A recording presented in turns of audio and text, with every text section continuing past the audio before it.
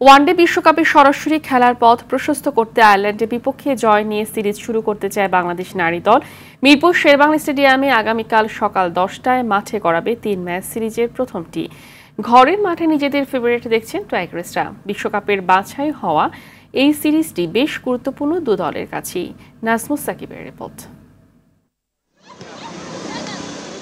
ঘরের মাঠে Ireland series দিয়ে নারী ওয়ানডে বিশ্বকাপে যাওয়ার হিসাব নিকাশ মেলাবে বাংলাদেশ।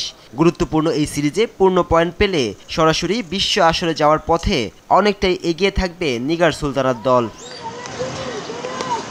সিরিজের প্রথম ম্যাচে জয় নিয়ে সেই পথ চলাটা সহজ করতে চান টাইগ্রেস অধিনায়ক নিগার সুলতানা। ঘরের মাঠ, তাই আয়ারল্যান্ডের বিপক্ষে নিজেদের ফেভারিট ভাবছেন তিনি। যে যার কন্ডিশনে স্ট্রং অনেক বেশি হয় এবং এই মাঠে কে স্ট্রং সেটা আসলে রিসেন্টলি যদি আমাদের কিছু সিরিজ দেখেন, এক্সেপ্ট অস্ট্রেলিয়া, আমরা কিন্তু ভালোই খেলেছি। আমরা অপোনেন্টকে আসলে লাইটলি নেওয়ার কোনো অবকাশ নেই আমাদের। আরিশদের বদের মধ্য দিয়ে ওয়েস্ট ইন্ডিজ সিরিজে আত্মবিশ্বাস বাড়াতে চায় বাংলাদেশ, তাই এই সিরিজে জয় পেতে চায় ম্যাচ বাই ম্যাচ।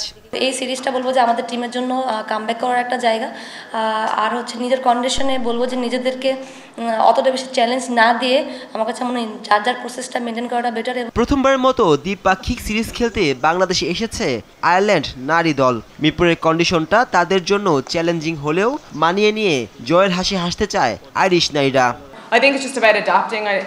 আমরা এর আগেও বাংলাদেশে খেলেছি, সেই অভিজ্ঞতা কাজে লাগিয়ে এই সিরিজে আধিপত্য বিস্তার করে এগিয়ে যেতে চাই।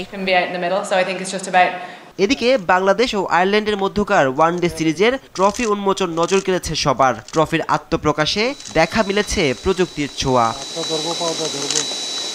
নাজমুস সাকিব, RTV, ঢাকা।